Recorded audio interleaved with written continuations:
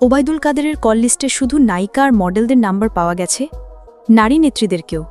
ওবায়দুল কাদেরের কল লিস্টের কিছু সিরিয়াল কপি প্রকাশ করেছেন সাংবাদিক জাওয়ান নির্ঝর। তিনি জানান, কল লিস্টের নম্বরগুলো যাচাই বাছাই করা হচ্ছে।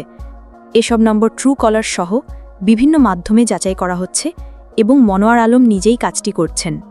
ফেসবুক পোস্টে নাম্বারগুলোর কপি প্রকাশ করে তিনি লিখেন, ওবায়দুল কাদেরের কল লিস্ট পর্যালোচনা করে দেখলাম ফোনে তিনি কম কথা বলতেন, কিন্তু তার ফোন লিস্টে এত সব নায়িকা ও মডেলদের নাম্বার কেন? তাদের নীতি শেখার ছিলেন আওয়ামী লীগ। সরকার পতনের পর ওবায়দুল কাদেরের ফোনের তথ্য প্রকাশ্যে এসেছে। জানা যায়, 5ই আগস্ট দুপুর 2:42 তার সর্বশেষ ফোন ক্র্যাক লোকেশন ছিল মোহাম্মদপুরে। সেই সাথে সামাজিক যোগাযোগ মাধ্যম ফেসবুকে প্রকাশ পায় তার একটি কল লিস্ট। ওই কল লিস্টের ভিত্তিতে জানা যায়, অসংখ্য মডেল এবং অভিনেত্রীদের সাথে যোগাযোগ রাখতেন কাদের। নায়িকাদের সম্মান বিবেচনায় আমরা তাদের নাম প্রকাশ করছি না। এর আগে দেশজুড়ে একাধিক স্থান থেকে ওবায়দুল কাদেরের অবস্থান সম্পর্কে খবর ছড়িয়ে পড়ে।